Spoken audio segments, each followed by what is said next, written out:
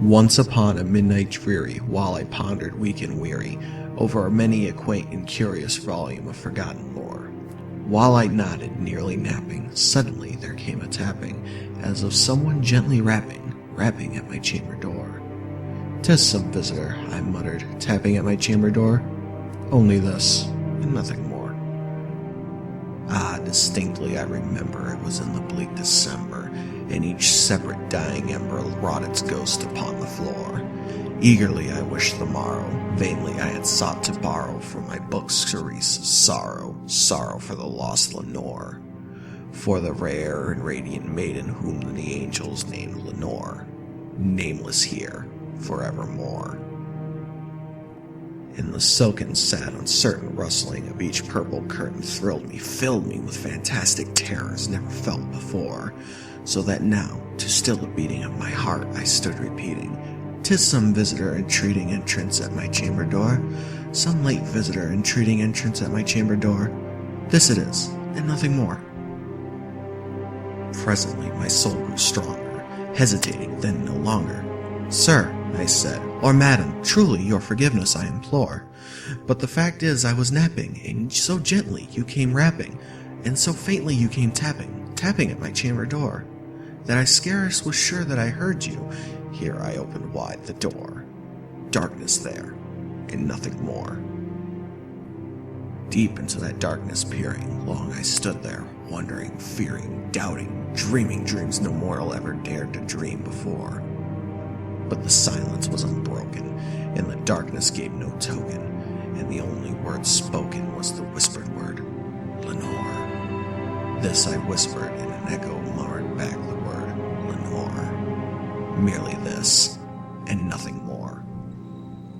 Back into the chamber turning, all my soul within me burning, soon again I heard a tapping, somewhat louder than before. "Surely," I said, "surely that is something at my window lattice. Let me see then what there it is, and this mystery explore. Let my heart be still a moment, and this mystery explore. 'Tis the wind, and nothing more." Open here I flung the shutter, when, with many a flirt and flutter, in there stepped a stately raven of the saintly days of yore. Not the least obeisance made he, not a minute stopped or stayed he, but with mine of lord or lady perched above my chamber door, perched upon a bust of Pallas just above my chamber door, perched and sat, and nothing more. Then this ebony bird beguiling my sad fancy into smiling, by the grave and stern decorum of the consonants it wore. "Though thy crest be shorn and shaven, thou," I said, "art sure no craven, ghastly grim and ancient raven wandering from the nightly shore. Tell me what thy lordly name is on the night's Plutonian shore." Quoth the raven, "Nevermore." Much I marveled this ungainly fowl to hear discourse so plainly, though its answer little meaning, little relevancy bore.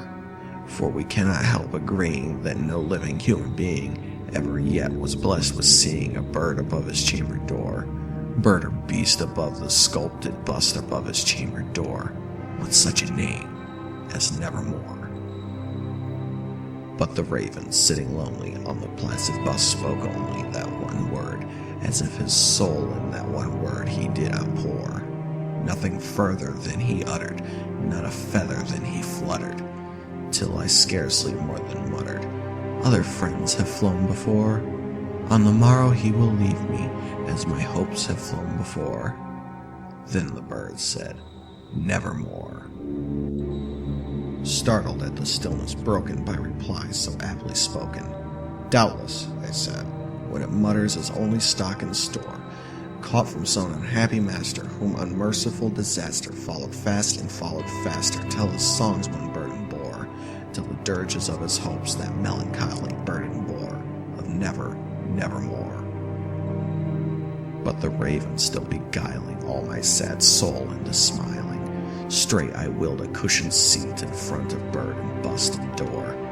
Then upon the velvet sinking, I betook myself to linking fancy unto fancy, thinking what this ominous bird of yore, what this grim, ungainly, ghastly, gaunt, and ominous bird of yore meant in croaking, nevermore. This I sat engaged in guessing, but no syllable expressing, to the fowl whose fiery eyes now burned into my bosom's core.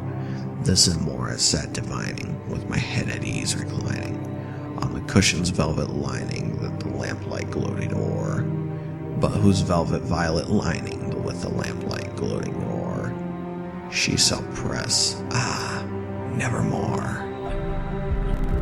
Then methought the air grew denser, perfumed by an unseen censer, swung by seraphim whose footfalls tinkled on the tough floor.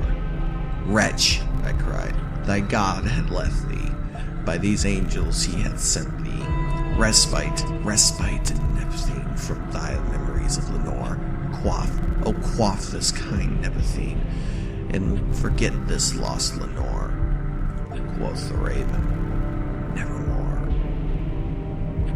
Prophet, said I, thing of evil, prophet still of bird or devil, whether tempters sent or whether tempests tossed thee here ashore, desolate yet all undaunted, on this desert land enchanted, on this home by horror haunted, tell me truly, I implore, is there balm in Gilead?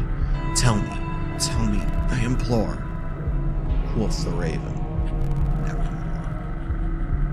Prophet, I said, thing of evil, prophet still if bird or devil, by that heaven that bends above us, by that God we both adore, tell this soul with sorrow laden within the distant Aiden, it shall clasp the sainted maiden whom the angels name Lenore, clasp a rare and radiant maiden whom the angels name Lenore. Quoth the raven, nevermore. Be that word our sign of parting, bird or fiend, I shrieked upstarting. Get thee back into the tempest and the night's Plutonian shore. Leave no black plume as a token of that lie thy soul has spoken. Leave thy loneliness unbroken, quit the bust above my door. Take thy beak from out my heart, and take thy form from off my door. Quoth the raven, nevermore. And the raven, never flitting, still is sitting, on the pallid bust of Pallas just above my chamber door, and his eyes have all the seeming of a demon's that is dreaming, and the lamplight o'er him streaming throws his shadow on the floor, and my soul from out that shadow that lies floating on the floor shall be lifted nevermore.